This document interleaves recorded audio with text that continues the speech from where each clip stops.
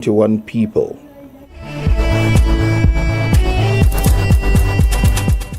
Protest against establishment of U.S. Ebola quarantine center in Kenya turn bloody.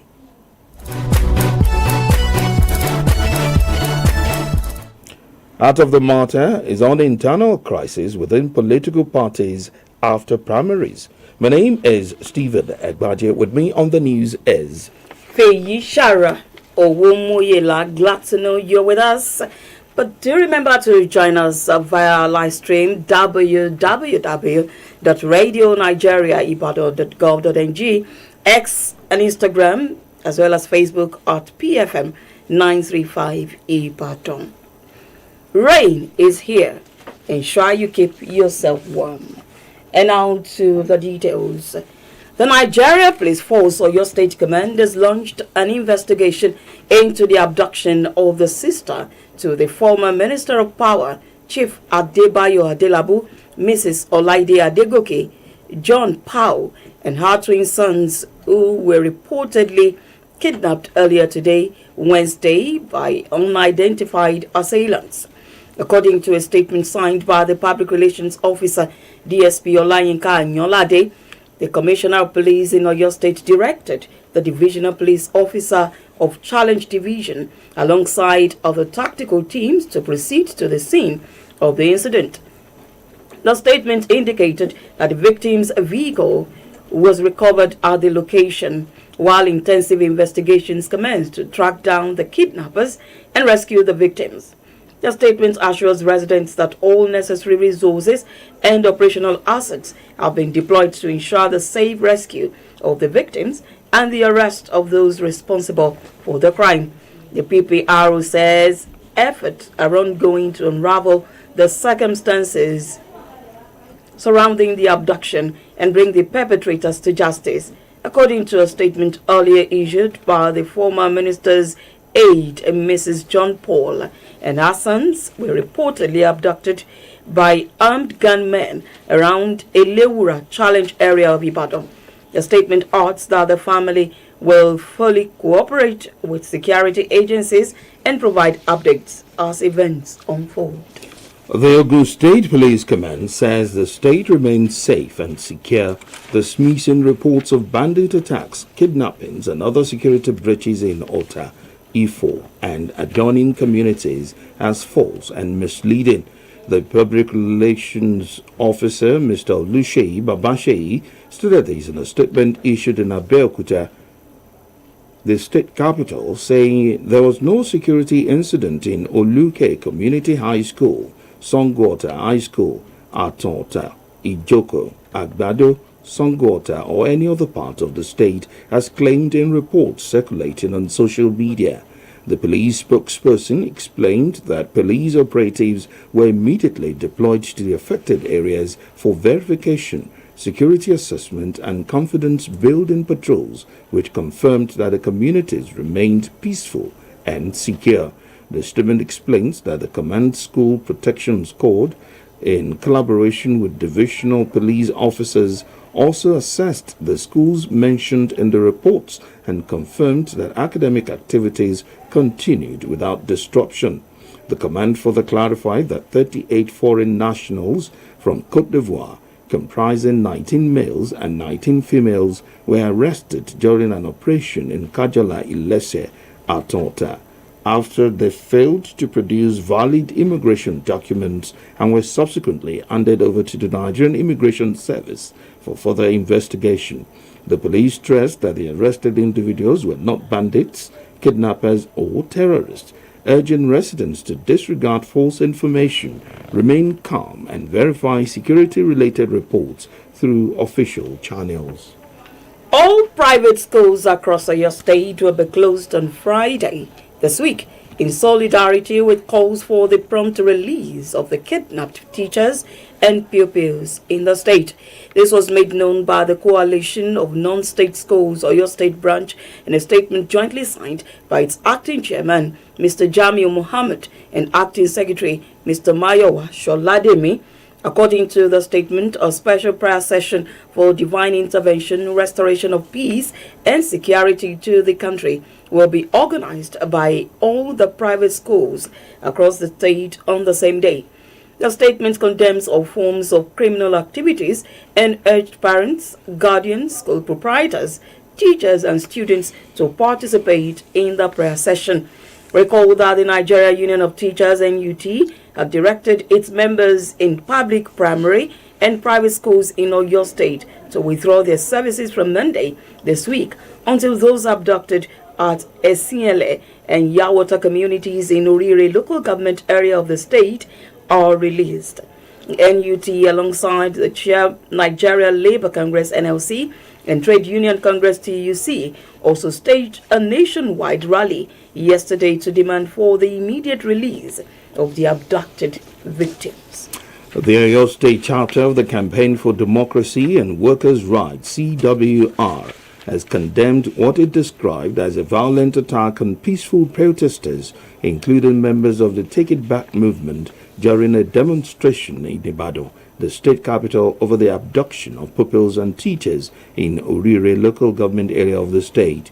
A statement signed by its Oyo State coordinator, Mr. Abiodun Bangwe, alleged that the protesters were attacked by thugs who had been mobilized to the venue, resulting in injuries to several demonstrators and the destruction of personal property.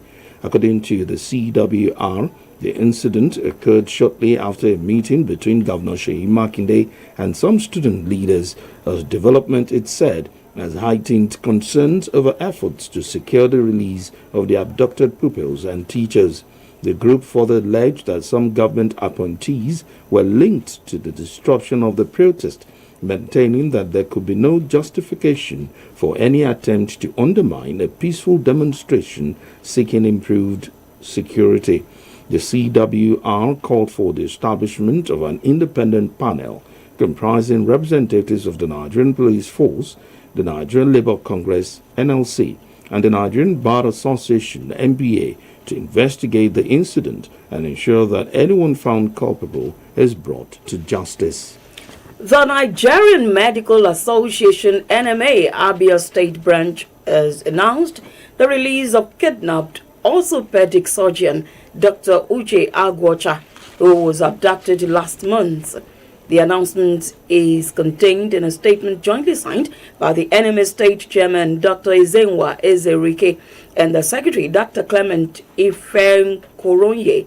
The statement discloses that Dr. Agwocha, a past state chairman of the NMA Abia State Branch, regained his freedom after 9 days in captivity. The NMA also announced the suspension of the earlier planned indefinite strike in the state and thanked God for his safe return to his family, his colleagues, and patients. The Nigerian Police Force Oyo State Command has recovered a firearm, vandalized cables and other suspected stolen items, as well as arrested 3 suspects in Oyo town. In a statement signed by the command's public relations officer, Mr. Olayinka Anyolade, the development follows a report by a resident, Akoni Hamzat, who informed the police that his welding machine had been stolen from his shop. Mr. Anyolade explained that the resident, through his personal investigation, the machine was traced to a scrap shop in the area. He maintained that acting on the information, operatives of the Doba Police Division moved to the location and arrested the owner of the scrap shop, Shuaib Abdul Wahab. The PPRO said a search of the premises led to the recovery of a locally fabricated pistol, armored cables belonging to NTA Oyo that had earlier been reported vandalized, and several car air conditioning components.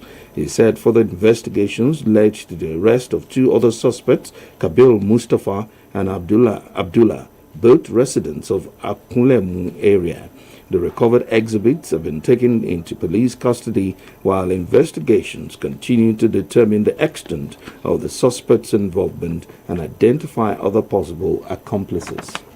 The Federal High Court sitting in Abuja has sentenced 4 members of the Al-Shabaab terrorist group to death by hanging for their involvement in the June 5, 2022 attack on St. Francis Catholic Church of Ondo State, which left more than 40 worshippers dead and over 100 others injured. The trial judge, Justice Emeka Nwite, made the declaration after convicting Idris Abdul Malik Omeza, Al-Qasim Idris, Jami Abdul Malik, and Abdulalim Idris on a 9-count terrorism charge filed by the Department of the State Services on behalf of the federal government. The court, however, discharged and acquitted the fifth defendant, Momo Otuo Abubakar, after finding insufficient evidence linking him to the terrorist attack. In the judgment, Justice Onwite held that the prosecution successfully established the guilt of the 4 convicts beyond reasonable doubt, noting that the evidence before the court clearly showed that they were members of and active participants in the activities of the terrorist group responsible for the deadly church attack. The court found that the convicts were principal members of an Al-Shabaab terrorist cell operating in Kogi State, and they took part in the assault on the church during a Pentecost service. President Bola Tinubu is scheduled to address a joint session of the National Assembly on the 12th of this month as part of activities marking this year's Democracy Day celebration. The address will form part of a series of official events lined up by the federal government to commemorate the 2026 Democracy Day. According to the Interministerial Committee inaugurated to coordinate the nationwide program, other activities lined up for the celebration include a World Press Conference tomorrow, special Jumat prayers on Friday, an interdenominational church service on Sunday, a Democracy Day public lecture next week Tuesday, youth and women-oriented program next week Wednesday, a presidential broadcast and Democracy Day Gala Night on Friday, June 12. The committee is chaired by the Secretary to the Government of the Federation, SGF, Senator George Akume, and comprises key ministers, security chiefs, and senior government officials. Over 2.1 billion naira loan has been distributed to 1,395 cluster trader groups in Ekiti State to scale up their businesses. At the flag-off ceremony and disbursement of the Community Investment Fund to women affinity groups in Ado Ekiti, the state capital, the Minister of Women Affairs and Social Development, Hajia Iman Sulaiman Ibrahim, said inclusion of women empowerment would ensure sustainable peace and development in the country. Our correspondent, Busuyi Ogidiolu, tells us more. Hajia Sulaiman Ibrahim explained that the program, which captured more than 27,000 women in the state, emphasized the need for state government's resolve to prioritize investment on women programs. She noted that the program remained a replica of Renewed Hope agenda of the federal government, which is anchored on inclusive development, prioritizing poverty reduction, social protection, and economic dignity for everyone. The Nigeria for Women program scale-up also sits with the broader Renewed Hope Social Impact Intervention 774. The Minister of Women Affairs said the federal government will not hesitate to continue to partner with World Bank and states across the country to implement the Nigeria for Women Scale-Up Business Initiative. In his remarks, the Ekiti State Governor, Mr. Abiodun Oyebanji, who said though the pilot program was only for 3 out of 16 local governments, namely Moba, Ayekire, and Efon, announced the approval for all other council areas to benefit from the initiative. He encouraged the beneficiaries to ensure that the loan disbursement were used to improve their businesses and livelihood. This money is for you to scale up your businesses, and if we invest it wisely, it's going to expand our economic base, it's going to make us prosper. Also speaking, the wife of Ekiti State Governor Dr. Olayemi Oyebanji expressed confidence that the Nigeria for Women program would deliver enduring economic benefit to the people and foster shared prosperity of the state. In a welcome address, Ekiti State Commissioner for Women Affairs and Social Development, Mrs. Kweju Babafemi, said over 1,500 registered groups exist across the state, while more will still be accommodated to support women by advancing their financial inclusion. In their goodwill messages, wife of Ewi of Ado Ekiti, Olori Abosede Adejugbe, World Bank representative Mr. Michael Ilesami, among others, said the initiative would unlock women potential and development to promote equitable development. Some of the beneficiaries, including Mrs. Wusila Olorunkemi and Mrs. Deborah Ategbero, added that government had demonstrated value for women through the program aimed at supporting their livelihood. In Ado Ekiti, I am Busuyi Ogidiolu for Radio Nigeria. Beneficiaries of the Edo State Government 1 billion naira interest-free loan scheme have praised Governor Monday Okwebolo, describing the initiative as a life-changing intervention that has boosted business and improved livelihoods across the state. The commendation came during a monitoring tour by officials of the Edo State Skill Development Agency and participating financial institutions responsible for disbursing the loans. Chairman of the Igbo Market Traders Association in Edo State, Mr. Jonathan Okoye, said the scheme had helped traders expand their businesses and appealed for an increase in funding for the next phase to enable more people benefit. At Oba Market in Benin City, a trader, Judith Oshodin, said the loan had significantly improved her business and urged the state government to consider grants in subsequent phases of the program. Speaking during the tour, the Edo State Commissioner for Finance, Mr. Emmanuel Okwebo, said the loans were made interest-free to ease the financial burden on traders. This is The World Today. The stories that made the headlines so far. Police have commenced investigation over recent abduction in Ibadan. Court has sentenced 4 to death over our church massacre. Still to come. Fire at New Delhi hotel kills at least 21 people. Protest against establishment of U.S. Ebola quarantine center in Kenya turn bloody.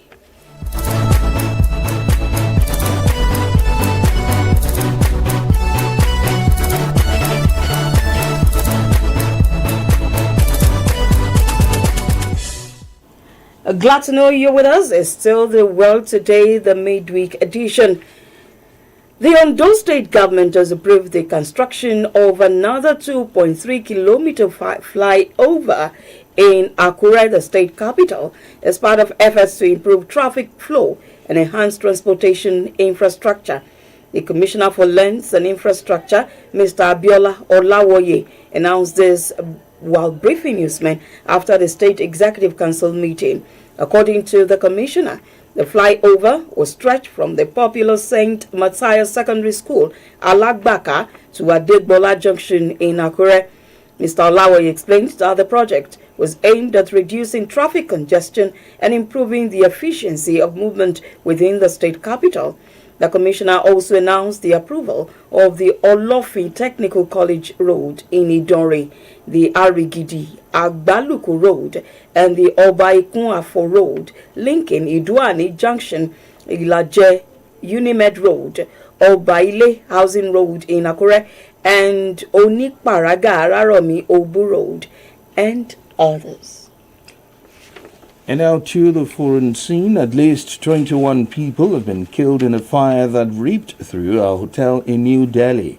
Police said the deadliest blazes in the Indian capital broke out in a building in the Maldivian Nagar neighborhood in the southern part of the city, which has a restaurant on the ground floor and a hotel above. Report says the blaze was extinguished with the help of 8 fire engines, and more than 40 people were rescued and taken to nearby hospital.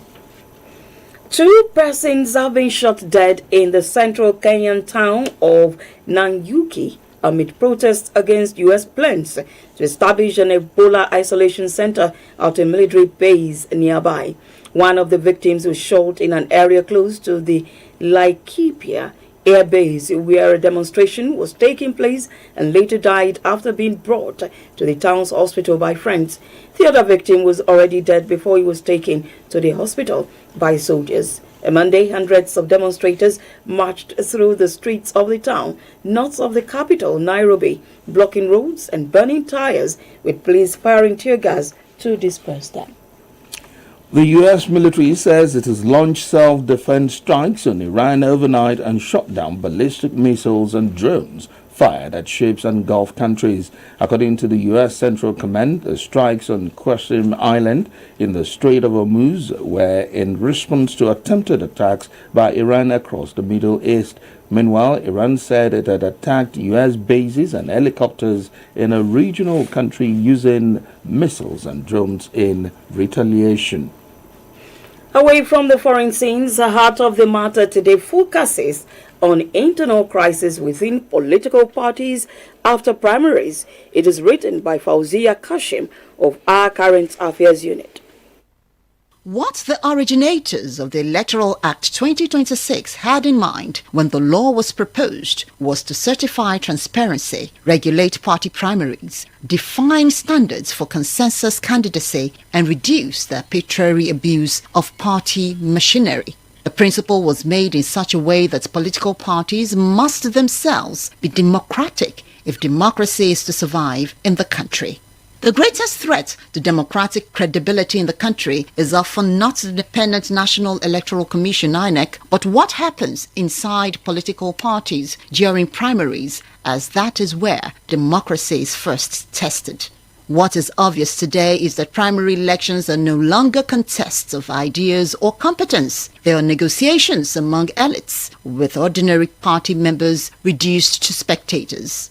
Across several states from the north to the south, there have been stories of allegations of candidate imposition, manipulated consensus arrangements, disqualified aspirants, opaque delegate systems, and accusations that governors and party power brokers are substituting political enthrallment for democratic competition have become a recurring decimal. For instance, the reasons former Minister of Communications and Digital Economy Professor Issa Pantami for withdrawing from the All Progressives Congress APC governorship primaries in Gombe State included alleged violations of the Electoral Act 2026, lack of transparency, denial of procedural information, and what he described as a process rendered unsafe and illegitimate.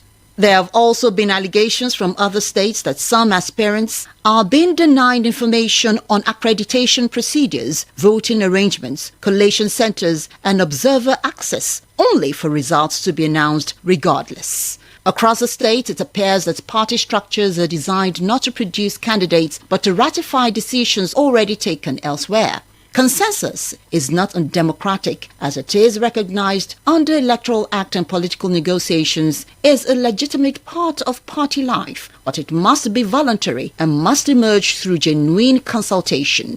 The process must allow for dispute resolution and preserve the right of aspirants to contest. What is happening in some political parties is coercion disguised as consensus. When governors, godfathers and party executives determine outcomes before voting even begins, primaries become ceremonial rituals. These crises have far-reaching implications as today's aggrieved aspirants often become tomorrow's saboteurs. Internal injustice breeds defections, litigation, anti-party behavior, and long-term instability. A candidate produced through imposition owes loyalty to political patrons, not to citizens, as such leaders govern to protect networks, not the public interest. Most importantly, it threatens the legitimacy of general election, as the electoral process does not begin on election day. It begins with candidate selection. INEC cannot retreat into procedural neutrality when there are clear questions about statutory compliance. Party leadership cannot issue statements about discipline while tolerating internal disorder. Political parties cannot breach credible primaries while party structures quietly undermine them as citizens too. INEC cannot retreat into procedural neutrality when there are clear questions about statutory compliance. Party leadership cannot issue statements about discipline while tolerating internal disorder. Political parties cannot breach credible primaries, while party structures quietly undermine them as citizens too cannot afford indifference. If political parties are preaching that they are democratic institutions, then internal democracy must be mandatory for all. That script, An Internal Crisis Within Political Parties After Primaries, was written by Fauzia Kashim of our Current Affairs Unit and read by Olubukola Enimola. To end the news on the world today from the stable of Radio Nigeria, Here again are the day's top stories. The Nigeria Police Force, or your state command, have launched an investigation into the abduction of the sister to the former Minister of Power, Chief Adebayo Adelabu, Mrs. Olaide Adegoke, John Paul, and her twin sons, who were reportedly kidnapped earlier today, Wednesday, by unidentified assailants. The Federal High Court sitting in Abuja has sentenced 4 members of the Al-Shabaab terrorist group to death by hanging for their involvement in the June 5, 2022 attack on St. Francis Catholic Church, Owo, Ondo State, which left more than 40 worshippers dead and over 100 others injured.